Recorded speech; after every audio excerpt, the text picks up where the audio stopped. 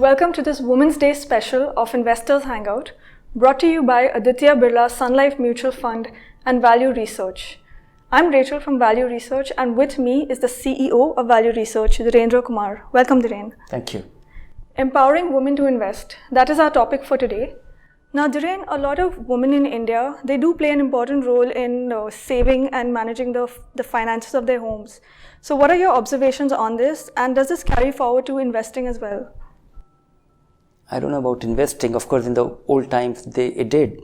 But yes, I find them to be more sensible savers, careful spenders, and mostly, they are also able to create the finest emergency fund.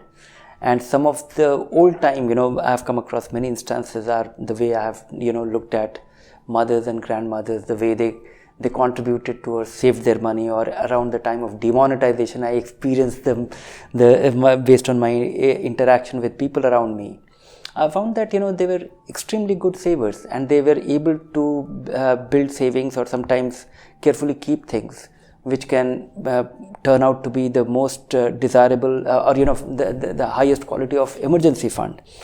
The preference for gold, or when I look at families with their houses, I think ladies at home had a major say in build-up of that asset, because you started something, you started aspiring for something, a shelter, for which you never had the resource. So I find them to be, great savers, sensible in their attitude to spending. I don't know about investment. Olden times, the contribution to the home building, that has turned out to be, nice investment as well. But I don't know in future about money. I think, I don't think they're at any disadvantage. They are just, as vulnerable or as naive or gullible as men. Just that, in modern times, with the financialization of the investment world, I think they have less say in the whole thing. They don't have, or they are not asking too many questions. Not that they have any disadvantage or advantage, because I find men to be doing, stupid or smart thing as, as women. So, I don't think it's an equal world. But just that they are less exposed. It is reflected in the usage of at Value Research Online. Before this program, I was trying to look at the analytics to figure out how many women do it and use Value Research, and it's just about 14%. All right, so as Dhiren points out, women do indeed tend to be prudent managers of their money. However, when it comes to investing, as the data sadly points out, they tend to take a back seat. Now, Dhiren, if you could tell us a little about what are the benefits that, women can get from investing. Like, how can investing help them in their lives and, really empower them? I know it's cliche to talk about women's empowerment, but how can investing... I would like you to answer this. But because, however cliched it be, you will have a better experience, or, you'll be better positioned to answer that. But, I can just tell you one thing which I have, because I have been in the investment advice, or not advice, but, I've been looking at investments closely, and a lot of people turn up to seek my opinion. And some people have been very actively involved in, I try to help them, and I really work hard, because investing is more of a habit. Savings is not investment. Right. Your money remains constant. In fact, it declines in value just because inflation keeps going up. So the worth of your investment money lying in the locker, it goes down in value over time. So if you don't put it to work, it loses its value. I had one unusual and a very inspiring experience, and which happened over a long period of time. I came across a situation where, somebody was investing in the name for his maid, some 200-300 rupees, and that carried on for 1 or 2 years, which would have been, in those days would have been 5-10% of the monthly salary which he was paying, but in a hidden manner, secretly. It was possible to, just get one signature, and possible to invest for somebody else. That carried on, and it got periodically revised. After 6-7 years, the rules changed. And then that was the time when that maid had to open the bank account, because it was not possible for somebody else to invest in somebody else's name. It became the law. So that is the time when she became aware that something has been invested in her name periodically over a period of time. And that has accumulated to a sum of something like 6-7 lakh rupees. And that turned out to be so empowering for that person, for that maid, for that lady, that next week onward she came for the household work, and she said that, as it usually happens, that, a person in the lower strata, the husband will be a drunkard once in a while and will be beating the wife. Her biggest achievement, because she did not touch the money. She did not consume it. She did not withdraw it. Just that the fact that she had the money, which she had never imagined or dreamed of, having that skill, it gave her so much of confidence that the beating stopped. The husband cannot beat her, and that was something, So financial empowerment is the only empowerment which women need, if at all they need empowerment. If everything else is hollow. All right, Dhiren. So we've spoken about, the fact that women's participation tends to be really low in investing, and also about the very real gains that they can enjoy from investing. But if you could now talk about, the question of why women tend to not invest. So what are the particular hurdles they're facing? I mean, men invest all the time, even when they don't know very much about it. But what's stopping women from doing that? No, not necessarily, in the top equivalents or, the people who are getting into jobs themselves. They are forced to, think about it. And most girls, they start their career and they're forced to think about it. And some of them are sensible. I don't think, it is a very discriminatory world. Okay. Ladies or, male or female, they are just as stupid or smart, depending on who they are. And sometimes you come across smart people who do stupid, financial decisions. But I would say that conventionally, traditionally, a housewife will not be involved in the money matters. And she will just be entrusted with the savings or the income to be spent in course of time, and she'll be able to save something out of her own prudence. Generally, I think it is not to be attributed to male or female, but I think it has to be attributed with the complexity of our financial system or the products which investors experience. Things are necessarily being made complex. There is so much of emotional appeal. The toxic product, they look very appealing, and the not so toxic product, the good products, transparent things, they don't look interesting, or they are being sold in a manner which is like a story which is very difficult to understand, or it's not being correctly told. So I think it's a mixed bag, but I would say that, of course, the patriarchal society, men tend to control the resources, and but I think as we see that the big change, women are working. Initial years, they are just they just might have an equal income stream coming into the family. So I think things will change, but also there is something psychological about financial stuff. We come from a society where being frugal or being poor was glamorized. So a lot of people, actually, I come across a lot of people who take great pride in being financially stupid, or they claim to be financially stupid, that I don't worry about money and I don't care. That's not smart. I don't think that is something to be proud of. That's true. All right, Dhiren. So, Dhiren, you've often spoken about how investors can educate other investors. Now, when it comes to women, do they have a very special role to play in getting other women on board as well? Yes, if you actually know somebody, if you actually know something, if you have been able to build some framework of, doing things better, or you understand things better, I think at Value Research, I would always encourage that you are the privileged one. Spread the word. And spreading the word itself could be very empowering. It could provide, because many a times a lot of people think that, if you have to help somebody, you have to do some tangible help.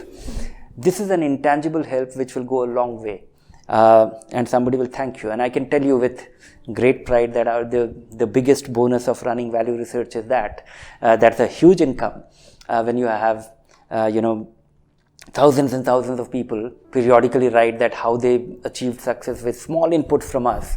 I think that is something which doesn't show in our balance sheet. Thanks, Dhiren. Now, what if I'm a woman who's watching and I'm now convinced that I must invest and I want to start? How do I get started? What are some concrete steps I can take today to get started investing? money that start anyway. Because the biggest problem of investing is that, we take very long to start.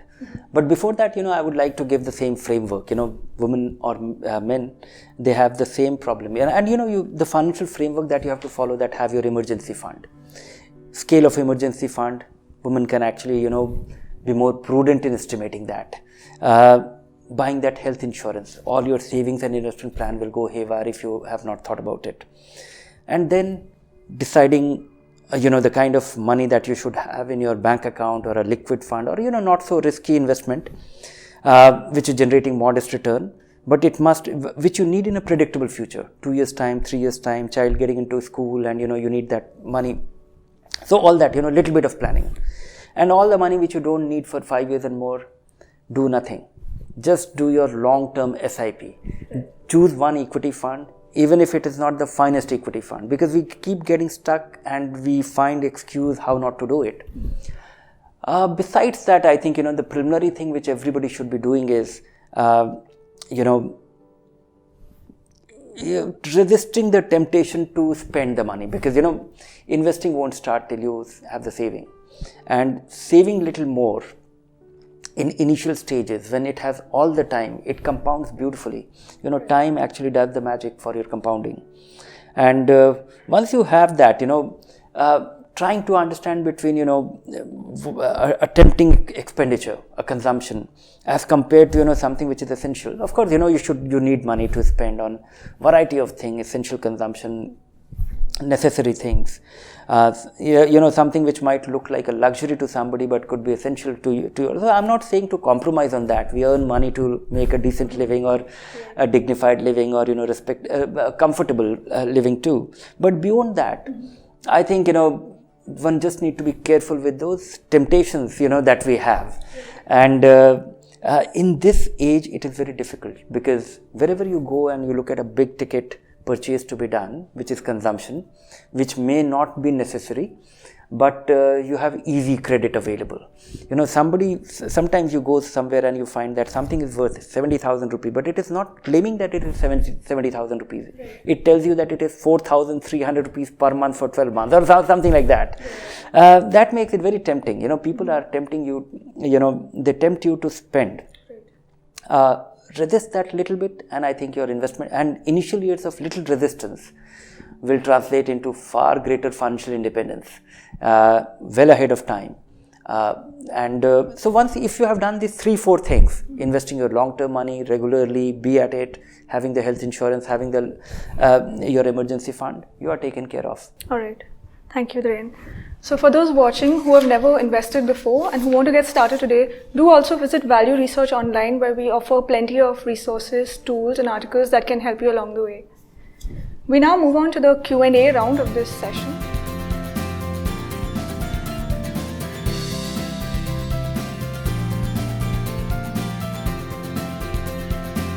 So our first question comes from Prachi Solanki, and she says, I teach in a private school and earn about rupees 30,000 a month. Do I need to buy life insurance separately for myself? My husband already has a cover of 50 lakh. If you think, 50 lakh rupees is good enough for your family to be adequately supported, or it can, 50 lakh is good enough to support your family just in case your husband is not around, then it's fine, because, one has to look at buying life insurance as buying protection for your family for an eventuality. But I would say that, you're earning 30,000 rupees. If it is meaningful money for your family, which supports. And if you're not around, then I think, you should also have a term cover. Okay. Our next question comes from Shipra Srivastav, and she says, I'm 26 and currently work as a market research analyst. I have an outstanding education loan of rupees 10 lakh, and I'm usually left with a monthly surplus of rupees 5,000 to 7,000. Should I continue to accumulate this in my savings account with an objective of prepaying my loan, or should I invest it elsewhere? The interest rate is somewhere around 9%. Interest rate of 9%, but what is your obligation? How often you are supposed to pay? You need to just revisit your terms of loan.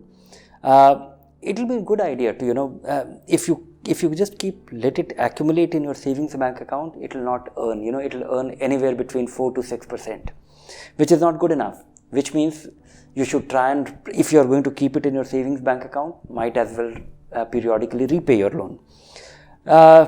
If you want to really carry on with your loan and accumulate your money in a manner which will generate higher return than what your interest on the outstanding loan is, then you should invest in equity or a balanced fund. Do that but for that you need time. For that you need 1, 2, 3, 4 years at least to do that. If you have 5 years and more and you can defer your repayment of loan during that period, maybe you should consider doing your SIP for 5 years, and maybe you will have more money to repay, because the differential between 9% and the rate of return that you earn on your investments will be your extra gain. Alright, our next question is from Lata P. And Dhiren, she wants to know whether there are any mutual fund schemes specifically for women. There are, for marketing and branding purpose, there is a Mahila scheme, or there will be some such thing, but don't fall for that. Any investment which you make and you decide that you are doing it with a purpose, you are doing it with a time frame. If your fund, there is no special disadvantage or advantage of, investing in such funds. So don't fall for that. Choose a good fund, choose an appropriate fund, and that's about it. That's your scheme. Everything is available and accessible to you too. Alright, Surmeet says, I have just retired and have a corpus of rupees 40 lakh. Where do I invest this in order to get a regular income? Different ways of deriving regular income, and it depends. Is it going to be the only source of income for you? Then you need to deal with it differently. Is it going to be a supplementary source of income for you? You need to deal with it differently. The way I normally suggest is that you should be targeting some regular income which should not exceed 6% of your accumulation. So 6% of 40 lakh is the only amount which you will withdraw, and there are different ways of configuring this 40 lakh rupees. If this is going to be your primary source of income in your retirement, then your first 15-20 lakh rupees should get into senior citizen savings scheme and post office MIP. Remaining money can actually get into something like a balanced fund. So your overall asset allocation will also be more conservative, because half of your money going into fixed income, which will generate guaranteed income, that remains the base, and you will be very sure of that. And they are reasonably high yielding. They are high yielding, at the same time absolutely safe. Rest of the money you are taking chances. It's little volatile, but because this money has to last for a long time, and it should also, all your investments should be done in a manner that you are able to generate return which is and you are not consuming all your returns, so that there is some money left which can support a higher income and increase of your capital. So if you continue spending that, the income from that 20 lakh rupees, overall I think it will turn out to be about 6-7% return. Okay. And this money can lie there for next 4-5 years. This money will appreciate to an extent that it can support higher income in future. So this is the way to do it. The thumb rule is that not withdraw more than 6% of your money, and any higher return will lead to increase in your capital, which can support higher income, which is a necessity as need for income in your retirement. Right. Ankita writes in to say, I have received rupees 20 lakh in a divorce settlement case. I want to keep this money aside for my 5-year-old son's higher education. So where do I invest this money, Dhiren? 5-year-old for a goal which is 15 years away, or maybe 13 years away. It is a very important money for an important goal, but still far away from the real goal. So you can take some measured risk with this investment, so that it's very meaningful.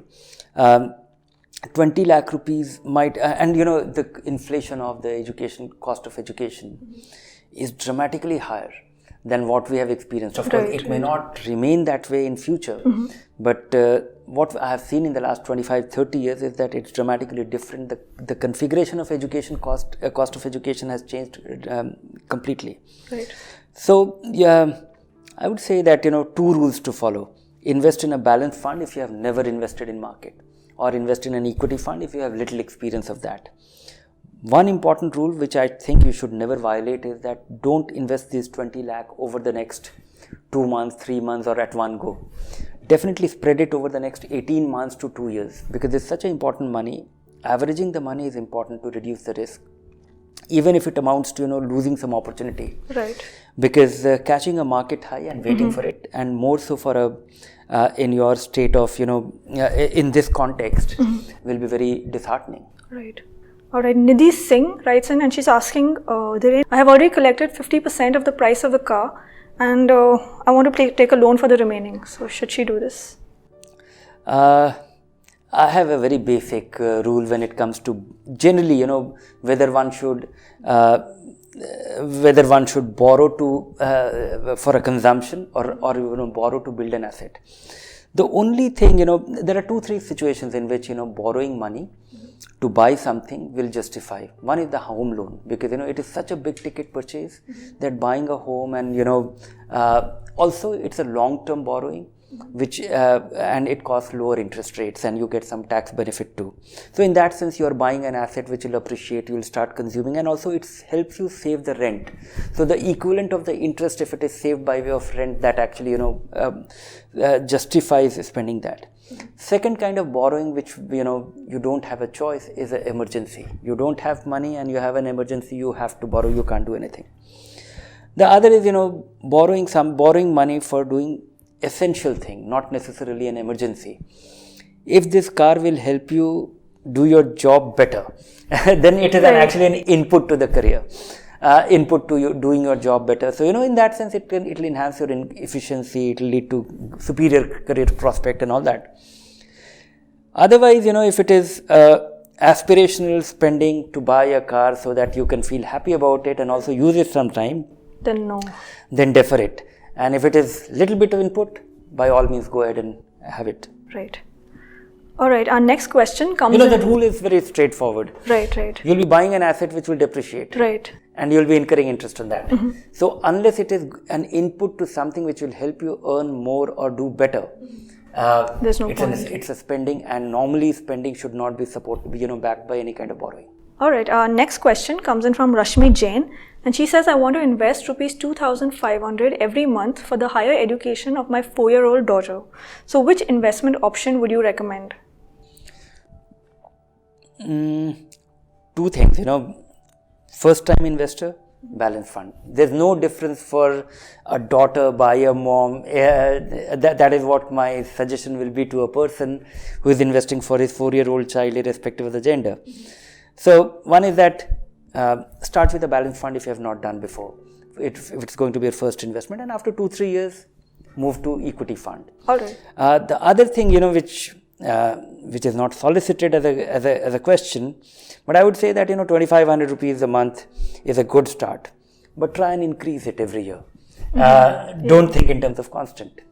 Right. The result will be dramatically different and impressive. Okay, Manisha writes in to say, I want to start investing, but there are so many articles I read every day about mis-selling practices in the investment industry.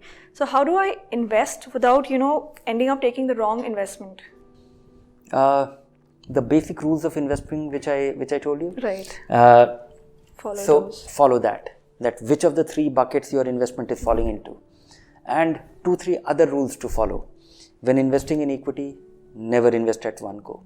Never makes investment an insurance. So if you have this, handful of rules, which you will not, make it, write it down and write it down as non-negotiable rules.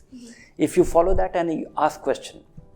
Also, the good thing, Manisha, is that today it is possible to do everything yourself. If you have an Aadhaar card, if you have an online bank account, then you can resist being missold anything, because you can do everything yourself. If you want to buy your term insurance, do your comparison and go to the insurance company's website and buy it. If you want to buy a mutual fund, choose a good mutual fund, spend some time, 15 minutes at most at Value Research Online, and go and buy the direct plan. You will not only escape anybody selling something to you, you will also be able to save some money. So if you want to be self-guided, thoughtful, and you think you have the wherewithal, otherwise too, if you are going to an intermediary and if you are asking these questions, you are unlikely to be missold anything. Thank you, Dhiren. We have one last final question from Ranjana Iyer, and she says, I have received a sum of rupees 10 lakh and I won't be needing it until 7 to 8 years. So where do I invest this? If you're frozen about 7 to 8 years is a time when you should have some exposure to equity, and depending on the experience, you have 2-3 ways of achieving having that equity exposure. If you are a very scared kind, then go for an equity income fund. 7-8 years, it will give you a little more return than reasonably more return than a all fixed income alternative. Plus, it will also not create some kind of havoc with your in the interim. It will not fall freely if the market gets turbulent. We don't have a 50-50 option, so ideally, generally I would suggest somebody to have a 50% equity, 50% debt. That will give you a nice experience for 7-8 years. And for somebody little venturesome, go for that, erstwhile balanced fund, that hybrid equity oriented funds. Choose one fund. Important thing is that 10 lakh rupee, don't invest at one go. Spread it over the next 1 year so that, for next 7 years, it will be at work. We've now come to the end of this program. Thank you so much for watching. It's goodbye from Dhirendra and me, Rachel.